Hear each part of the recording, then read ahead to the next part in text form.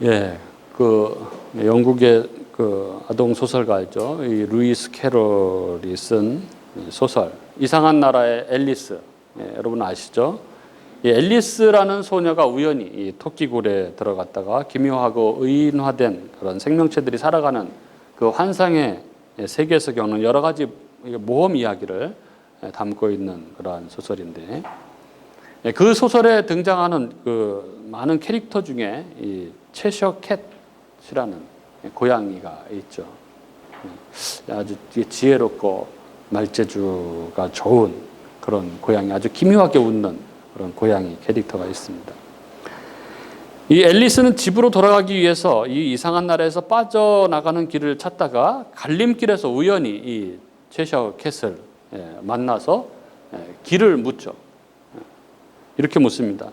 둘 중에 어느 길로 가야 하니? 이렇게 묻죠. 그러자 체셔 캣이 앨리스에게 대묻습니다. 어디로 가는 길인데? 어디에 가는 길인데? 이렇게 묻죠. 근데 앨리스가 모른다고 이렇게 대답을 하죠.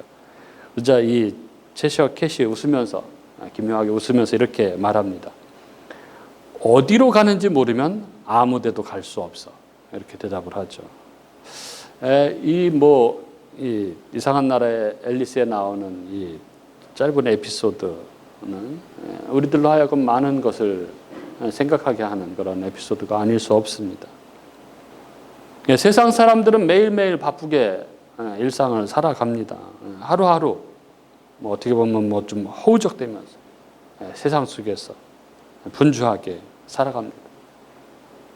그런데 어디서 와서 어디로 가고 있는지를 모르면서 살아가는 거죠. 이것을 저는 흔히 표현으로 제가 떠내려간다 이렇게 표현을 하는데, 세상의 시간 속에서 세월에 떠내려가고 있는 것이죠. 그러나 그런 삶을 살던 사람 중에 은혜로 값없이 그리스도의 이 속량 안으로 들어온 사람들, 성도들이죠. 성도들은 이제 영의 눈이 열려서 그 광대한 하나님의 경륜을 이제 보게 됩니다.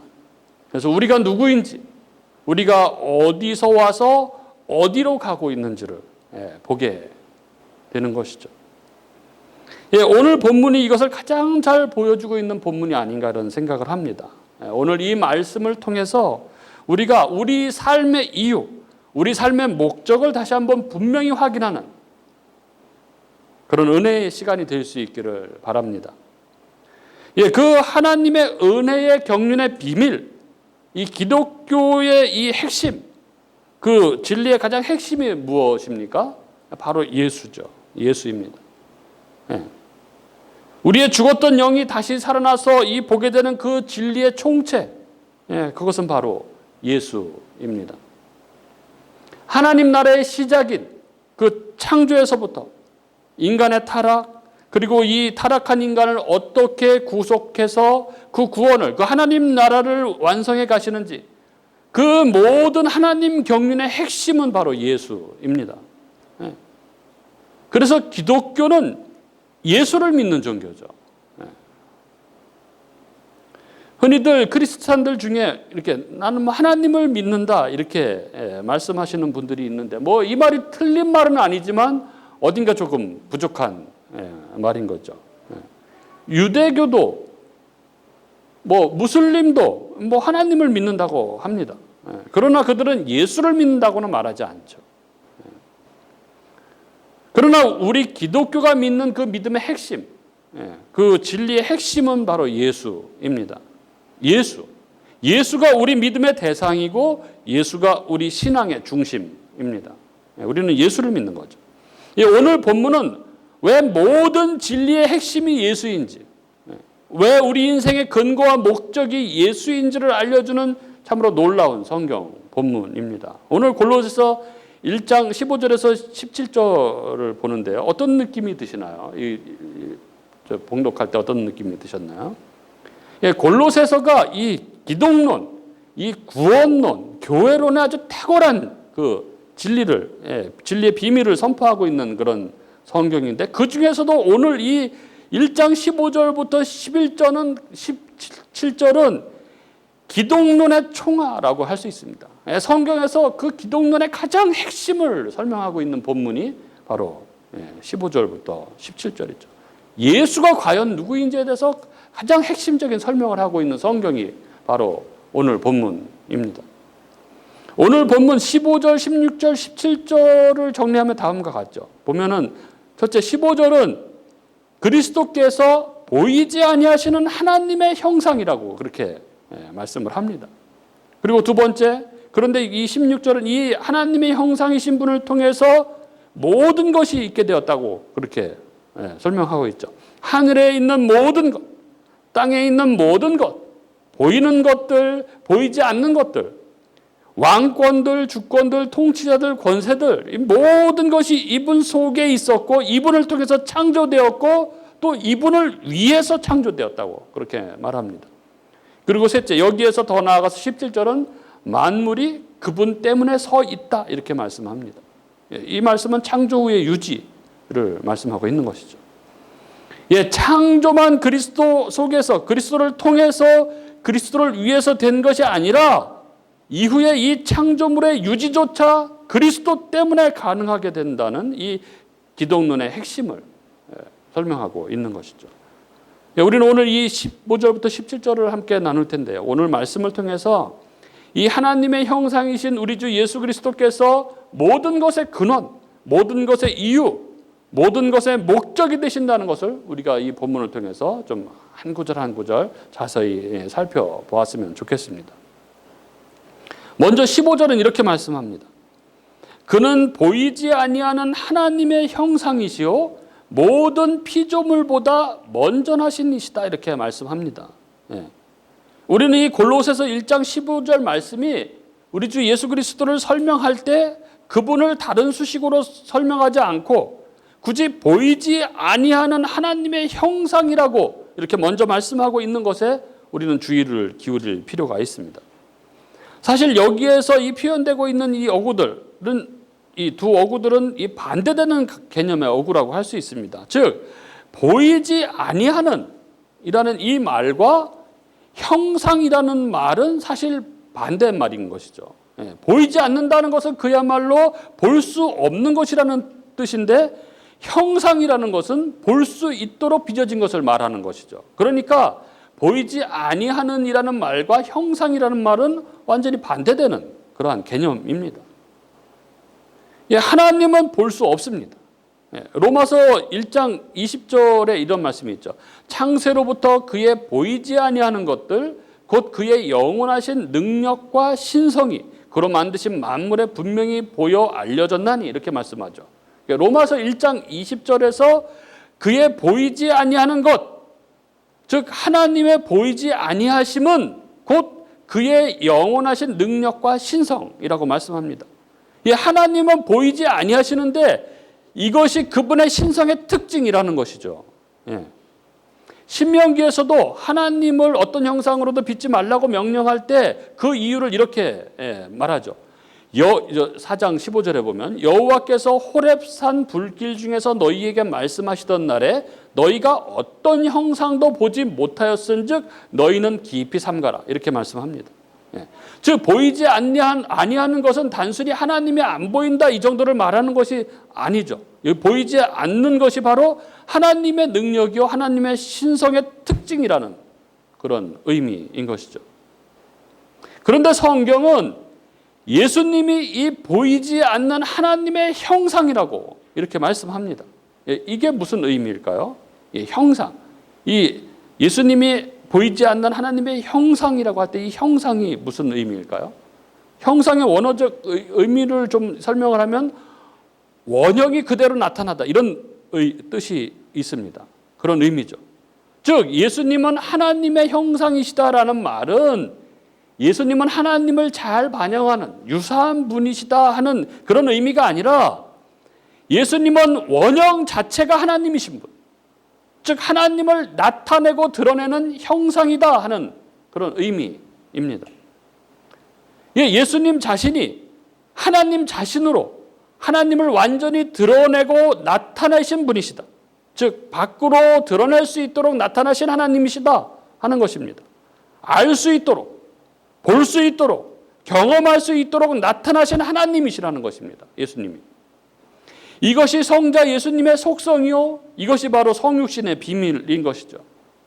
그는 하나님이시요, 그가 하나님이신 그가 인간의 몸을 입고 오신 것입니다. 그래서 그의 피를 보혈이라고 부르는 거죠. 하나님의 피이기 때문에 보혈입니다. 그래서 그가 십자가에서 죽으심, 그의 그 속량, 그리고 그로 말미암은 우리의 죄의 문제의 해결, 그리고 이로 인한 하나님과의 그 관계의 회복, 화목, 그 놀라운 하나님의 복을 누림, 이 모든 것이 바로 그분이 보이지 아니하시는 하나님의 형상, 곧 그분이 하나님이시기 때문에 가능한 것입니다. 그리고 또 하나, 이 15절에서 우리가 발견하게 되는 것은 그 아들 하나님, 그 예수 그리스도, 우리 주 예수 그리스도는 모든 피조물보다 먼저 나신 이라는 사실입니다. 사실 이 표현을 우리가 얼핏 보면 좀 헷갈리고 혼동스럽게 하는 그런 표현이 아닐 수 없습니다. 그렇지 않습니까? 모든 피조물보다 먼저 나신 이. 꼭 피조물 중에 제일 처음 창조된 피조물, 뭐 이런 의미처럼 들리지 않습니까? 그러나 여기에서 먼저라는 말은 시간적 혹은 신분적으로 1번이라는 뜻이 아닙니다. 즉 제일 먼저 피조물이 되셨다는 그런 뜻이 아니죠. 여기 모든 피조물보다 먼저 나신 이라는 이 말은 그리스도께서 피조물과 만물이 있기 전에 먼저 계셨다는 그런 의미입니다. 즉 피조물이 아니라는 말인 거죠. 창조되신 분이 아니라는 의미입니다. 그래서 우리가 흔히 성자 예수님을 아버지로부터 나셨다라고 표현할 때 이 나셨다라는 의미가 창조되셨다, 피조물이다 이런 뜻이 아니고 아버지로부터 나셨다라는 것은 하나님과 같고 하나님과 같이 계셨고 만물이 있기 전에 계셨다라는 그런 의미의 표현인 것이죠. 성자 하나님, 예수님은 모든 피조물과 구별되시는 분, 피조물이 아니고 창조물이 아닙니다. 여호와의 증인들이 말하는 것처럼 예수님은 피조물이 아닙니다. 피조물 중에 제일 먼저 창조된 분이 아닙니다. 지금 이 성경이 이야기하는 건 그런 의미가 아닙니다. 그분은 바로 하나님이신 것이죠. 만물이 있기 전에 먼저 계셨던 분, 만물이 있기 전에 하나님과 함께 계셨던 분, 그분이 바로 그리스도, 우리 주 예수, 하나님의 아들이셨습니다. 그런데 그 보이지 아니하시는 하나님의 형상, 모든 피조물보다 먼저 나신 이신 이 성자 하나님이 어떤 일을 하셨습니까? 16절에 그것을 적고 있죠. 만물이 그에게서 창조되되 하늘과 땅에서 보이는 것들과 보이지 않는 것들과 혹은 왕권들이나 주권들이나 통치자들이나 권세들이나 만물이 다 그로 말미암고 그를 위하여 창조되었고 이렇게 말씀합니다. 그분이 만물을 창조하셨다. 이것이 성경이 말하는 창조고 이것이 성경이 말하는 예수입니다. 여러분 창세기 1장에 보면 하나님께서 말씀하신 대로 천지가 창조되는 것을 보여주죠. 창세기 1장 1절부터 3절 태초에 하나님이 천지를 창조하시니라. 땅이 혼돈하고 공허하며 흑암이 깊음 위에 있고 하나님의 영은 수면 위에 운행하시니라. 하나님이 이르시되 빛이 있으라 하시니 빛이 있었고 말씀으로 창조를 하십니다. 그런데 오늘 우리가 이 골로새서 말씀을 통해서 창세기를 보면 이렇게 이해할 수 있죠. 하나님께서 천지 만물을 창조하실 때 말씀으로, 즉 아들 하나님을 통해서 창조하셨다. 그렇지 않습니까? 그렇죠. 그래서 우리가 잘 아는 대로 이 요한복음은 예수님을 설명하면서 요한복음 1장 1절부터 3절에 이렇게 말씀합니다. 태초에 말씀이 계시니라. 이 말씀이 하나님과 함께 계셨으니 이 말씀은 곧 하나님이라. 그가 태초에 하나님과 함께 계셨고 만물이 그로 말미암아 지은 바 되었으니 지은 것이 하나도 그가 없이는 된 것이 없느니라. 이렇게 말씀하고 있는 것입니다. 이것은 그냥 멋있게 보이려고 한 수사적인 그런 표현이 아니라 우리가 방금 확인한 대로 성자께서 관여하지 않으시면 창조라는 것이 존재할 수 없다는 것을 분명하게 증거하고 있는 그런 성경 본문인 것입니다. 모든 창조 세계, 그야말로 온 우주와 그 온 우주 안에 있는 모든 것들이 본질적으로 그리스도 안에 속해 있습니다. 모든 것이 그리스도를 통해서 창조되었고 모든 것이 그리스도를 위해서 창조되었다. 성경은 이렇게 말씀합니다. 보이는 것들뿐만이 아니라 보이지 아니하는 것들도 다 우리 주님이 창조하셨습니다. 우리 주님이 창조하신 것은 이 보이지 않는 것들까지도 다 창조하신 것이죠. 이 세상은 그런데 이 보이지 않는 것은 인정하지 않죠. 보이고 손으로 만질 수 있는 것만 인정합니다. 그러나 세상에는 보이지 않는 것들이 있습니다. 천사들이 있고, 뭐 사탄이 있고, 귀신이 있고, 영이 있고, 하나님이 있고, 다 보이지 않는 것들도 다 존재하는 것이죠. 사람도 육체와 영, 그러니까 보이는 몸과 보이지 않는 영으로 그렇게 되어 있습니다. 근데 사람들은 이것을 제대로 알지도 또 깊이 생각하지도 않는 것이죠. 보이지 않는 영역은 안 보이니까 안 믿는 것입니다. 세상 사람들이 오로지 돈을 쫓아 살아가는 이유가 무엇입니까? 보이는 것만 믿기 때문에 그렇습니다. 보이는 몸만 생각하기 때문에 그렇습니다. 이렇게 몸만, 보이는 것들만 생각하는 사람들, 그 사람들은 돈을 뭐 쓰고도 남을 정도로, 그렇게 돈이 뭐 많으면 행복할 거라고 그렇게 생각을 하는 것이죠. 그러나 돈을 아무리 쌓아도 결코 행복으로 채워지지 않는 존재가 바로 인간이라는 것은 역사가 많은 사람들이 증거하고 있지 않습니까? 아무리 부를 쌓아도, 아무리 명성을 쌓아도, 아무리 권력을 가져도 이 영의 부분이 채워지지 않으면 인간은 결코 행복에 이를 수 없는 존재, 그게 바로 인간인 것이죠. 보이지 않는 것들이 존재합니다. 영적인 존재들이 존재합니다. 그리고 이 보이는 것들과 보이지 않는 것들, 이 모두 다 우리 주 예수 그리스도께서, 우리 주님께서 창조하셨습니다. 그래서 하나님 외에, 우리 주 예수 외에 다른 모든 것들은 다 피조물이죠. 다 피조물. 우리는 이걸 절대 잊어서는 안 돼요. 사람들이 뭐 사탄, 귀신 뭐 이런 것들을 하나님과 막 1대1의 관계로 막 대결하는 관계로 막 이렇게 생각을 하지만 천만의 말씀입니다. 하나님만이 창조주시고 다 피조물. 하나님의 절대 주권 앞에 다 순종할 수밖에 없는, 무릎 꿇을 수밖에 없는 존재들인 것이죠. 그리고 여기 16절에 또 너무나 중요한 표현이 있습니다. 뭐라고 되어 있습니까? 만물이 다 그로 말미암고 그를 위하여 창조되었다. 이렇게 말씀합니다. 모든 만물의 창조 원인이 바로 예수입니다. 그리고 모든 만물의 창조 목적도 예수입니다. 모든 만물은 다 그를 위해서 창조되었다. 이렇게 말씀합니다. 우리가 이 땅에 존재하는 목적, 그것은 바로 예수를 위한 것입니다. 예수를 드러나기 위한 것이죠. 내가 드러나고 내가 인정받고 내가 평가받기 위해서가 아니라 예수를 예수로 드러내기 위해서 우리가 존재하는 것이죠. 그게 인생의 목적입니다. 이 말은 뭐 누구나 다 사역자가 되고 뭐 다 목사, 선교사가 되어야 한다는 말이 아니죠. 성도는 삶의 구체적인 현장에서 다 예수를 드러내며 사는 사람들이라는 것입니다. 성도는 각자의 삶이 다 예수를 위한 삶의 자리인 것이죠. 그래서 청교도들은 이거 직업 소명서를 주장을 했습니다. 즉 하나님을 섬기는 삶의 자리가 바로 직업이라는 것입니다. 그런데 현대 대부분의 사람들은 직업을 그렇게 생각하지 않고 돈 버는 수단으로, 도구로, 명예를 얻는 도구로 그렇게 생각을 하는 것이죠. 아닙니다. 우리는 이 각자의 삶의 자리에서 예수 그리스도를 위해서 예수를 드러내는 그런 삶을 살아야 합니다. 그래서 루터는 이 목동들이 소젖을 짜는 것과 자기가 설교하는 것이 다 똑같이 주를 영화롭게 하는 것이라고 그렇게 말을 했던 것이죠. 우리의 삶의 이유, 우리의 존재 목적은 바로 예수입니다. 예수를 영화롭게 하고 예수님께 순종함으로 섬기는 것이 우리 삶의 목적입니다. 이게 너무 중요한 것이죠.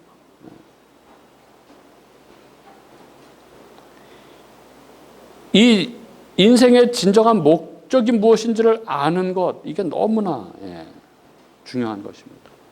이 말씀만 제대로 붙들면 우리의 삶은 완전히 바뀌게 되는 것이죠. 삶의 본래의 자리에 서게 되는 것입니다. 본래의 목적 가운데 서게 되는 것이죠. 그런데 사람들은 이런 이야기를 귀담아 듣지 않고 잘 인정하려고 하지 않죠. 인생에 별로 도움이 안 되는 얘기라고 그렇게 생각을 합니다. 그러나 이런 이야기가 정말 우리 인생을 위한 이야기죠. 아주 핵심적인 그런 이야기죠. 이것을 진리로 받아들일 때, 이해하고 받아들일 때 그때로부터 진짜 인생이 시작된다고 할 수 있는 것입니다. 너무나 중요한 이야기인데 이걸 뭐 어떻게 설명할 방법이 없어요. 뭐 어떻게 더 이야기를 할 수 있을까요? 하나님이 은혜를 주셔서 이걸 깨닫게 해 주셔야지. 얼마나 중요한데 무슨 광고도 아니고 이거를 뭐 어떻게 설명을 해야 하나. 그리고 이어서 17절 말씀은 만물이 다 그 안에 함께 섰느니라 이렇게 말씀합니다. 16절이 창조를 말하고 있다면 17절은 여기에 덧붙여서 섭리를 말씀합니다. 섭리. 성자 하나님은 만물을 창조하셨을 뿐만 아니라 이 만물이 보호되고 보존되도록 지키시는 분이시라는 것입니다. 우리 하나님은 이신론의 하나님이 아니시죠. 우리 하나님은 섭리하시는 하나님이십니다. 우리 하나님은 세상을 지어놓고 기계처럼 자동으로 알아서 돌아가도록 하고 내버려 두시는 그런 하나님이 아니시라는 것이죠.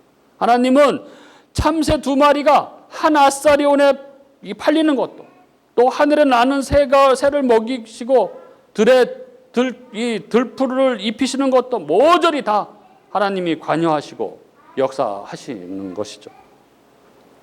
철이 되어서 낙엽이 떨어지고 바람과 비가 때에 따라 불고 내리고 비가 계속 내려서 바위가 부서지고 물이 순환되고 하는 이 모든 것들에 하나님의 손길이 스며 있는 것이죠. 그리고 이것을 우리는 섭리라고 부르고 골로새서는 이것을 이렇게 표현하고 있는 거죠. 만물이 그 안에, 그리스도 안에 함께 섰다 이렇게 표현하고 있는 것입니다. 그야말로 그리스도가 없이는 세상이 창조되지 않았을 뿐만 아니라 우주가 단 한순간도 지탱되어서 유지될 수 없는 것. 바로 이것입니다. 그렇습니다. 역사는 인생의 이 사람 손에 달려있지 않습니다. 그 모든 것은 다 그리스도 안에, 우리 주님 손 안에 있습니다. 사람이 나고 죽는 것, 모든 것들이 다 우리 주님 손 안에 있습니다. 예수님이 이 세상을 다스리시고 또 이끌어 가십니다. 그래서 우리 각자의 삶에 일어나는 모든 일들, 때로는 이해할 수 없는 모든 일들, 이 모든 것이 우리 주님 손 안에 있다는 것을 우리는 잊지 말아야 합니다. 다 주님 손 안에 있는 것이죠. 그래서 우리가 이 섭리를 인정한다고 한다면 우리는 우리가 처한 모든 삶의 상황 속에서 그 삶의 상황이 어떠하든 간에 우리 주님이 섭리하고 계신다는 것, 우리 주님의 주권을 인정하며 믿음으로 주님 앞에 서야 하는 것입니다. 우리는 오늘 말씀을 통해서 이 창조와 섭리가 오직 그리스도를 통해서만 가능하다는 것, 만물이 다 그리스도에게서 나오고 그분을 목적으로 삼고 있고 뿐만 아니라 현재 서 있고 지탱되고 있는 모든 것들이 그리스도를 통해서 되고 있다는 것을 우리는 보게 됩니다. 그렇기에 우리는 언제나 이 창조세계 전체를 그리고 우리의 삶 전체를 그리스도와 연관시켜서 그렇게 살아가야 합니다. 우리의 존재의 모든 부분이 다 그리스도와 관련이 되어 있는 것이죠. 우리가 살고 숨쉬고 서 있는 모든 것이 그리스도와 관련되어서 그리스도 안에 있습니다. 따라서 우리는 내 삶의 모든 부분을 그리스도 아래에 복종시키고 내 삶의 모든 영역이 그리스도의 지배 안에 있도록, 지배 아래에 있도록 그렇게 해야 하는 것이죠. 그게 바로 인생을 바르게 살아가는 지름길입니다. 그리고 그때 우리의 삶은 바로 하나님을 영화롭게 하는 삶, 그때 우리의 삶 가운데 하나님의 영광이 나타나게 되는 것입니다. 그게 바로 우리 인생의 목적, 우리가 존재하는 목적, 우리가 살아가는 이유인 것입니다. 그래서 우리 개혁교회 대표적 이 신앙 신조인 이 웨스트민스터 소요리 문답 그 첫 번째 질문이 사람의 제일 되는 목적이 무엇입니까? 이렇게 묻고 그 답으로 사람의 제일 되는 목적은 하나님을 영화롭게 하는 것과 그를 영원토록 즐거워하는 것입니다라고 이렇게 고백을 하고 있는 것입니다. 예, 그러면 구체적으로, 실제적으로 우리의 삶이 우리가 우리의 삶의 모든 부분을 그리스도 아래에 복종시키고 내 삶의 모든 영역이 그리스도의 지배 아래에 있도록 그래서 우리가 우리 인생의 우리의 인생의 창조 목적대로 우리가 하나님을 영화롭게 하기 위해서 우리는 구체적으로 그럼 어떻게 살아가야 합니까? 어떻게 살라는 말입니까? 이 말씀을 준비하면서 이 말씀을 놓고 계속 묵상하고 있던 저에게 지난 목요일이었죠. 목요일 매일 성경 본문 말씀 요한복음 2장 1절부터 11절 그럼 너무나 잘 아는 그 말씀을 묵상하던 중에 이 부분에 대한 하나님의 답처럼 들려지는 하나님의 음성처럼 들려지던 그런 시간이 있었습니다.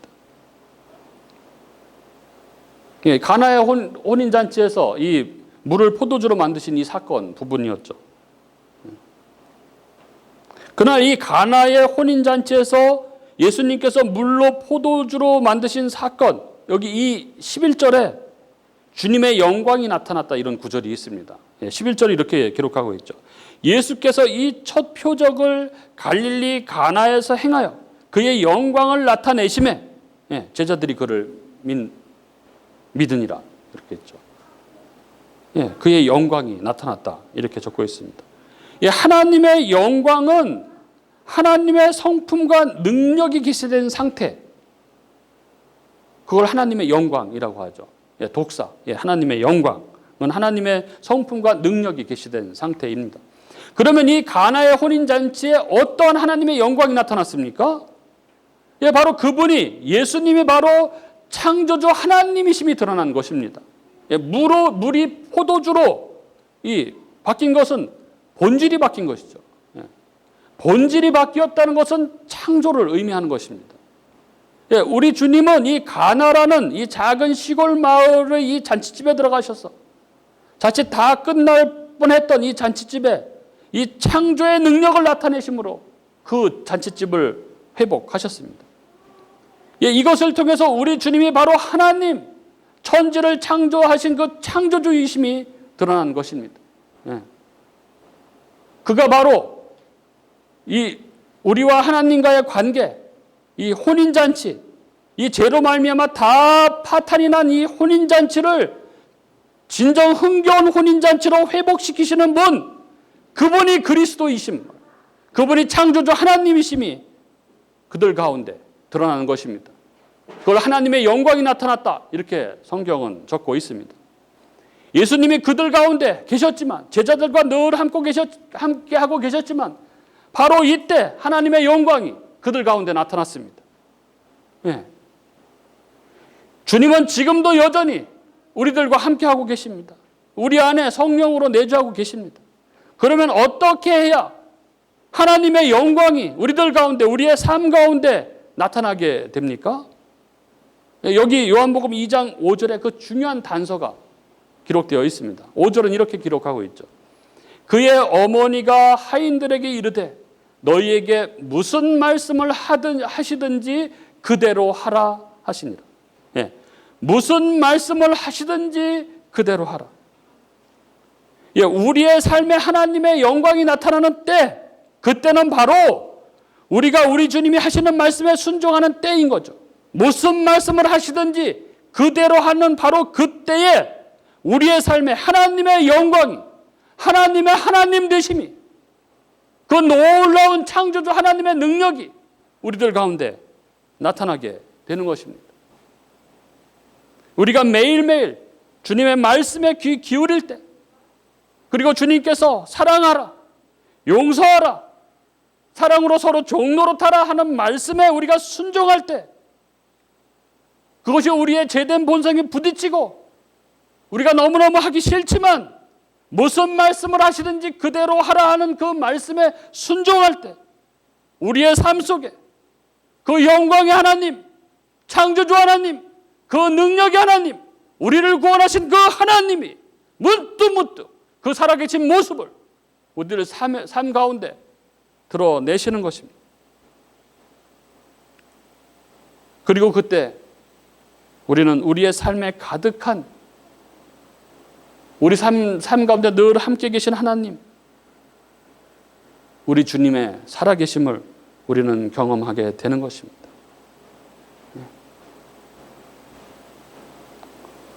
사랑하는 우리 교우님들, 올 2022년 한 해 우리가 이 하나님, 이 성자 하나님 예수 앞에서 바르게 서서 신앙하고 이 예수 앞에 서서 살아가는 그런 한 해가 될 수 있기를 바랍니다.